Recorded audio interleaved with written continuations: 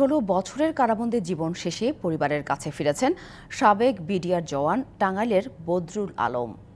বন্দি জীবনে বাইরের সবকিছু বদলে গেছে বদরুলের। চেনা বাড়ি, আঙিনা সবকিছু অচেনা হয়ে গেছে।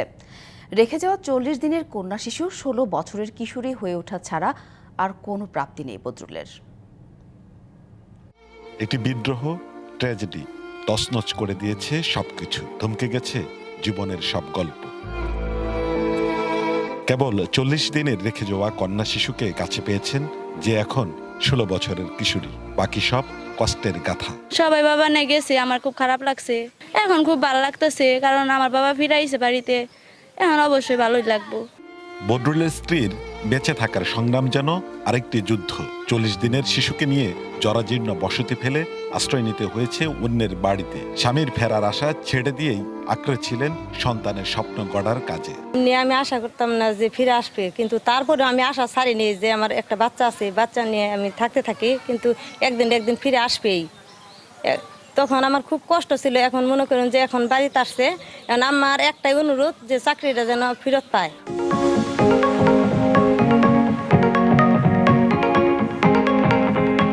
চার ভাই ও 3 বোনের মধ্যে বদরুল তৃতীয়। 2005-এ যোগ দেন বাংলাদেশ সীমান্তরক্ষী বাহিনী বিডিআর।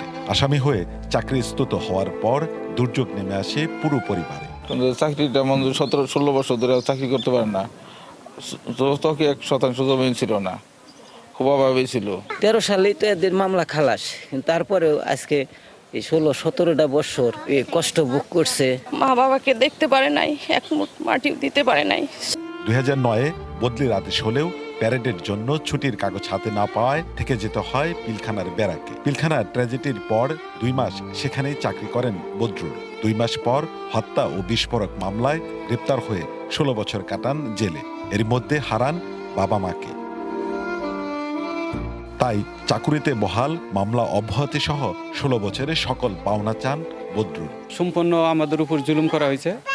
আমাদের জন্য এই 16 বছরের ক্ষতিপূরণ সহ আমাদের জন্য চাকরিতে পূর্ণ বহাল করা হয়।